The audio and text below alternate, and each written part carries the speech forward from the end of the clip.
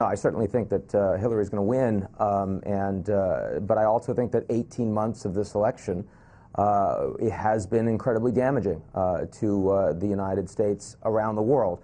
I mean, you think about the wars in Iraq and Afghanistan and how badly they've gone. A lot of other countries are saying, geez, not sure that the U.S. is the global sheriff anymore.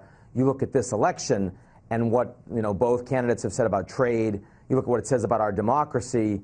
A lot of leaders around the world, really almost all of our allies, are saying, not sure that American values are the ones we want to listen to, not sure that the U.S. is going to drive trade agreements globally anymore. I mean, these are, sort of the bedrocks upon which the American superpower and our influence around the world has stood. And so, whether it's Trump or whether it's Hillary in January, it's not as if suddenly it's business as usual in the United States with all these countries. Right.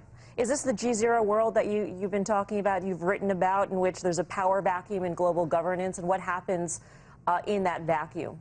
It certainly is, and although the Americans are not as quick to see it because, of course, our part of the world is so much more stable, we're not affected by the refugee crisis, so if we don't want to take any, doesn't really matter. ISIS is much less of a direct threat to us than it is in the Middle East or even Europe. But around the world, they really are feeling that, and they're starting to wonder how they're going to hedge. There are alternatives. I mean, if you think about China traveling around the world with lots of cash behind them, it used to be they'd be buying commodities from other countries. They're not doing as much of that. Instead, they're investing in infrastructure, and in return, they want a quid pro quo. There are lots of countries, not just in Asia, where they're the largest trade partner, but in Latin America and sub-Saharan Africa, even in the Middle East and Europe, where they're starting to say, the United States is not a country we want to bet on as much going forward. And this election has done absolutely nothing to rebuild our credibility. So if the elections are going to provide the foundation for this G0, this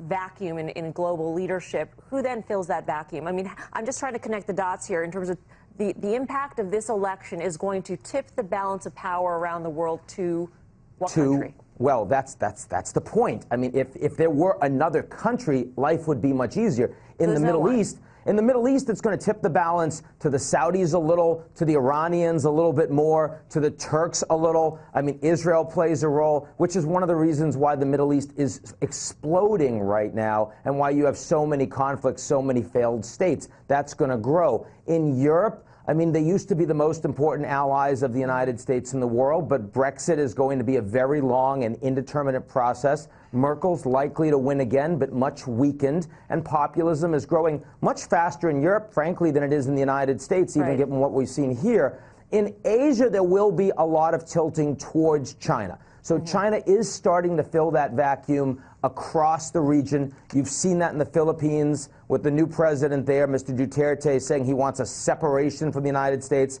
In Malaysia, we're seeing that tilt. I was just with the Singaporean prime minister who felt like he's the one guy left in the region that really wants globalization, while the Chinese, he said, are walking around with lollipops in their pockets. So you're starting to see that occur, but only economically. And if you leave that aside, the answer to the United States is problems don't get resolved.